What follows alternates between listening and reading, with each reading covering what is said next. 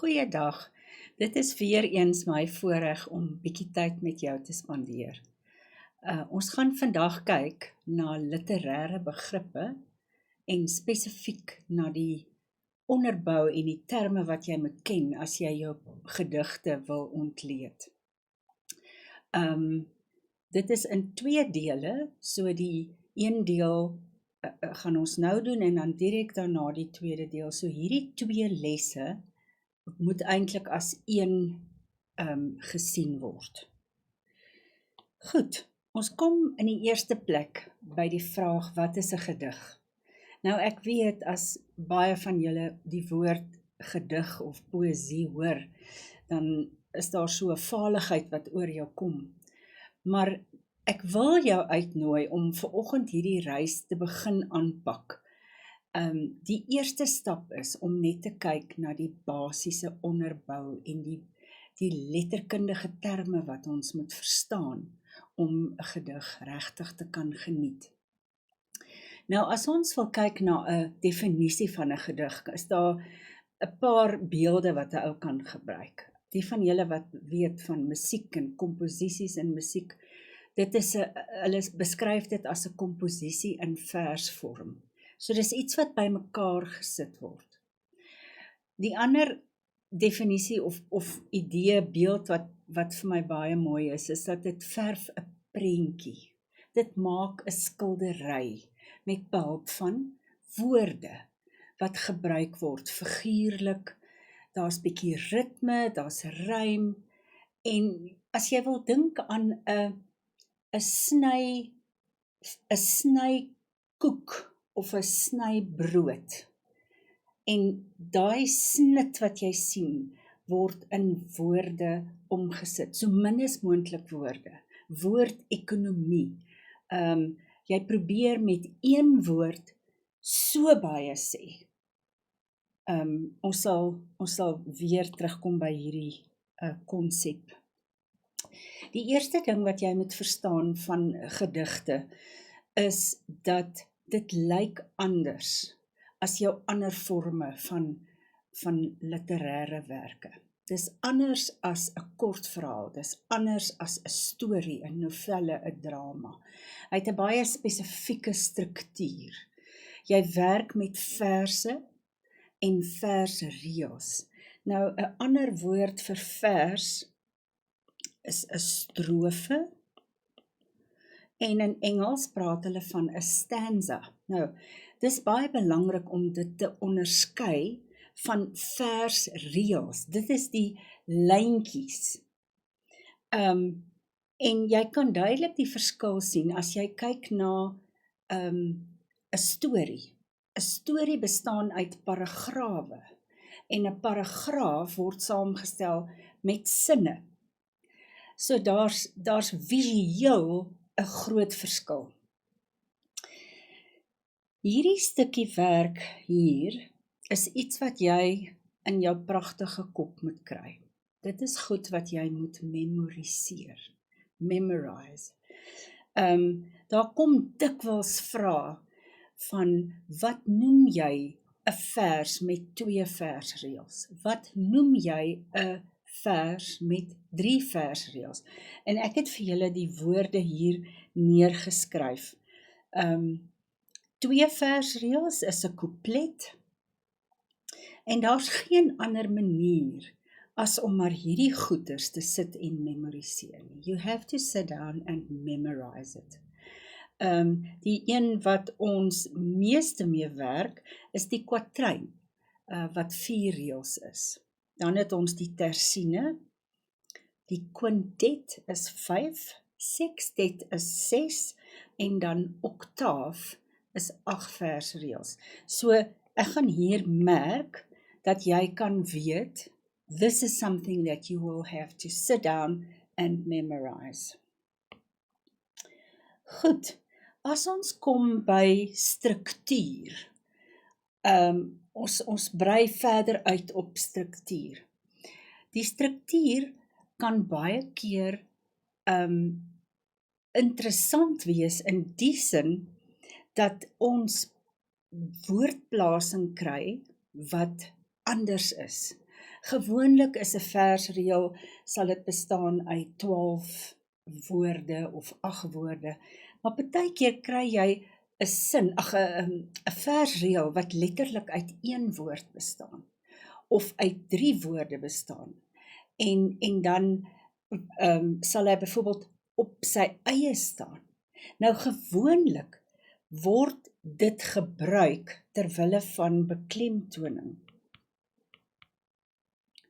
So enige enkele woord of 3 woorde as Lara glimlag, dis die gedig wat ons later gaan bespreek. Daardie 3 woorde word herhaal en dis elke keer aan die begin van 'n versreël of aan die begin van 'n deel van die gedig. Tipografie is ook 'n baie interessante verskynsel wat ons baie keer hier kry. Die tipografies beteken hoe dit op die bladsy lyk. Wat sê die wit deel van die bladsy vir my? Daar's 'n wonderlike gedig van die Opperman, Paadjie, en hy het letterlik die woorde so geskryf in die vorm van 'n paadjie, en toe die laaste ding wat hy gedoen het was om 'n punt daar te sit. So as jy na die gedig kyk en jy lees die titel, dan sien jy paadjie, en die tipografie van die gedig, hoe dit gedruk is, hoe dit op die bladsy lyk, versterk dan die titel en die betekenis van die gedig. Die volgende ding waaroor ons moet gesels is enjambemente. Nou in Engels is dit enjambment. Julle het dit ook in julle gedigte, in die Engelse gedigte. Eerste van alles moet jy weet wat is 'n enjambement. Nou 'n enjambement is die maklikste manier om dit te beskryf is, as jy nou dink aan 'n lang versreël, wat in 2 dele geskryf word, sonder dat daar punctuasie aan die einde van die sin is, van die versreël is. Ek het 'n wonderlike voorbeeld uit die gedig Die wêreld het so klein geword. Daar's 2 reëls, 2 versreëls, en dit gaan nou oor die ouma. Die ouma, toe hulle klein was, het hulle boeke lees boeke en hulle soeke na kennis en klets met maats, as die foon 2 lang is en 'n korte lui. So dit gaan van die een versreël oor na die volgende versreël. Dit het ook te doen met die vloei van die gedig. Ons sal weer hieroor praat. Verder oor struktuur moet ons kyk na tradisionele strukture. Nou die bekendste een is die sonnet, die Italiaanse of die Engelse sonnet. Gewoonlik is dit mos 14 versreëls. Die eerste deel is gewoonlik 'n oktaaf, wat kan bestaan uit 8 reëls of 2 kwatryne, en dan is dit 6 wat kan wees 2 tersines of 3 couplette. Dis 'n struktuur wat altyd so werk. As jy dink aan odes is baie lang gedigte, daar's gedigte wat 'n ode wat 'n hele boek opmaak. Limerieke, interessant, is altyd net 5 reëls, en dan haikus is baie interessant. Dis gewoonlik 3 versreëls met 17 lettergrepe. En as jy 'n haiku skryf, dan is dit hoe jy hom skryf. Daaroor kan 'n mens, daai struktuur kan 'n mens dan nie verander nie. Ons praat dan ook oor ikoniese gedigte, en een van die gedigte wat ons gaan doen as Lara glimlag, word nogals getipeer as 'n ikoniese gedig. Ons sal terugkom daarby. Die definisie daarvoor is die tipografie reflekteer wat in woorde gesê word. So hoe die gedig op die bladsy lyk, versterk wat in die gedig gesê word. Baie interessant. Verder rondom struktuur moet ons weet Hoe erken 'n mens 'n vrye vers? Nou ons dink vrye verse is iets wat in die moderne tyd ontwikkel het. Een van die gedigte wat ons gaan behandel is die Dans van die Reën van Eugène Marais. En selfs daardie gedig, wat baie lank terug geskryf is 'n vrye vers. Nou daar's 4 kenmerke om te weet of 'n gedig 'n vrye vers is of nie. Nommer 1, daar's geen vaste rymskema nie. Dis interessant, Dans van die Reën is daar geen rymskema nie. Oneweredige verslengtes, uneven length of verse. So, die verse kan 5 reëls hê, en dan 3 reëls, en dan 2 versreëls. Die volgende een is, die versreëls is nie ewe lank nie. Hulle is partykeer net 1 woord, of partykeer 12 woorde. En dan die laaste een, daar's min of geen punctuasie. Baie keer is daar nie eers 'n punt nie, of daar's nie hoofletters nie. So as ons enige 4 van daai kenmerke in 'n gedig sien, dan weet ons dis 'n vrye vers. So hierdie kenmerke is ook iets wat jy maar moet sit en memoriseer, want jy moet dit kan toepas in jou gedigte wat jy gaan ontleed. Goed, die volgende ding waarby ons kom is die betekenis. Wat beteken die gedig? Wat bedoel die digter? Wat wil die digter hê moet die leser uit hierdie gedig uithaal? Gewoonlik is daar, as ons praat hieroor, kom dit op die ou end uit by die tema. Ons gaan later 'n bietjie daaroor gesels. Wat belangrik is hier, is om te kyk na die 2 begrippe van letterlik en figuurlik. Nou hier is 2 fancy woorde, wat julle moet ken, wat julle moet weet. Is dit die letterlike betekenis, denotatief, of is dit 'n figuurlike betekenis, figurative speech? En julle moet op die ou end van graad 10 af en op, moet julle probeer om hierdie terme te gebruik, in plaas van net gewoonweg letterlik en figuurlik. Nou, mens kan baie maklik deur mekaar raak en nie weet wat is wat nie. Ek wil vir jou 'n wenk gee. I want to give you a tip. If you look at those 2, figuurlik, en jy kyk na konnotief, daai 2 enne, spieelbeeld die een van die ander, hulle tweetjies hoort by mekaar. So jy kan dit vir jouself uitfigure as jy dit vergeet het. Goed, ek wil vinnig praat oor klank. Gedigte is veronderstel om hardop gelees te word. So, dit was die bedoeling, dit is geskep vir vermaak. Dit was in die tyd voor TV en al daai goeters, dit was hoe die mense mekaar vermaak het, met dramatjies en gedigte voorgedra en spreekkore gehad en so aan. So, die klank van die gedig is baie belangrik. Die eerste ding is rym. Nou ons soek die rym by die eindwoorde van elke versreël. Rym gee ook die verbinding tussen die gedigte. It makes it a cohesive unit. So die rym is baie belangrik, en dit kan ook 'n invloed op die atmosfeer van die gedig hê. Nou later, as ons gepraat oor hoe analiseer ons 'n gedig, dan sal jy dit beter verstaan. As ons kom by ritme, ritme is letterlik the beat. Ta ta ta ta ta ta ta, of ta ta ta ta ta ta ta ta. Die ritme maak 'n gedig vinniger of stadiger, dra ook by tot die atmosfeer en gee vir ons 'n idee van die tempo waarteen ons die gedig moet lees. Hier kom 2 belangrike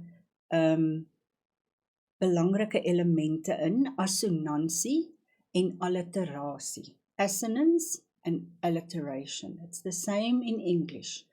Met assonansie werk ons met die vokale A, E, O, U en I, of met kombinasies van O of O, E of A, E.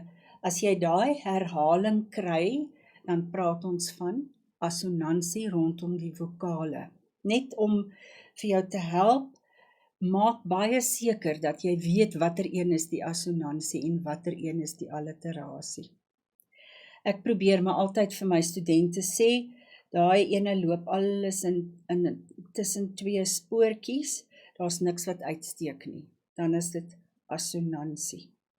Alliterasie is die herhalende klanke, die klinkers, met ander woorde jou consonants.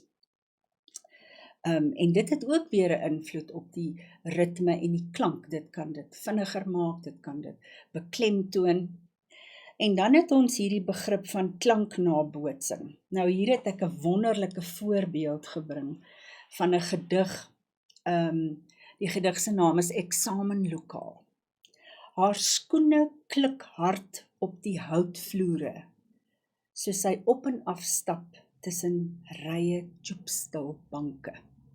Haar skoene klik hard. You can actually hear the teacher walking up and down in the exam venue. Goed, ek wil net gou terugkom of verder gaan en net vinnig 'n bietjie tyd spandeer met die rympatrone. Ons het gesê, ons werk met endrym, so die laaste woorde in elke versreël. As daar 4 woorde is, wat almal op dieselfde rympatroon werk, dan praat ons van slagrym. Ek gaan hier ook 'n merkie maak, want dit is ook goed wat jy moet memoriseer. As ons praat van A, B, B, en ons wil dit verduidelik, dan sien ons, dis 2 versreëls wat met mekaar rym aan die einde. Hier praat ons van paarrym. It's a pair. And this exam, I've just come back from marking matric papers.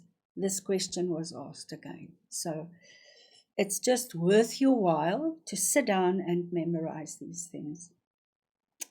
As ons by hierdie een kom, A, B, B, A, dan pas daai 2 by mekaar en daai 2 pas by mekaar. And it's like a mother that embraces her children, omarmende rym. All right. This one here, A, B, daai tweeetjies pas by mekaar, daai tweeetjies pas by mekaar. Daarso, you can see there's a little cross, so ons praat van kruisrym. Goed, en dan A, B, C, B, kan ons, waar's ek nou, sorry, A, B, C, B, daai 2 pas by mekaar, daai 2 pas nêrens in nie, so hier praat ons van gebroke rym. En dan hierdie onderste een, waar jy so, ja, dit maak nie regtig 'n patroontjie nie, hier praat ons van, en dit is 'n groot woord, verslingerende rym. So it's just wandering. It hasn't got a specific meter to it. Goed, die volgende konsep is binnerym. Ek het bietjie van 'n padda aan my keel vanoggend. Binnerym is iets wat baie gebruik word in vrye verse.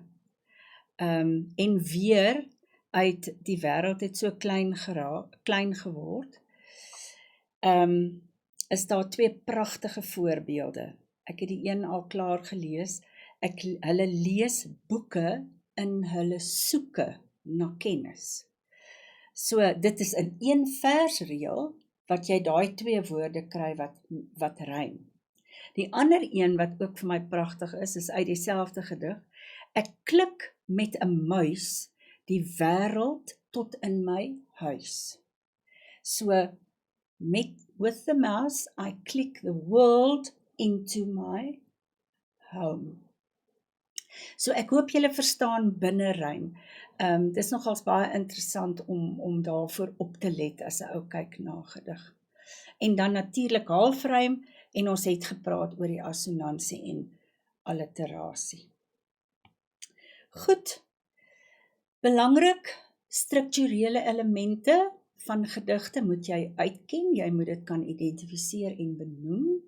Jy moet kyk na die klankaspekte en jy moet rympatrone kan identifiseer. Dankie.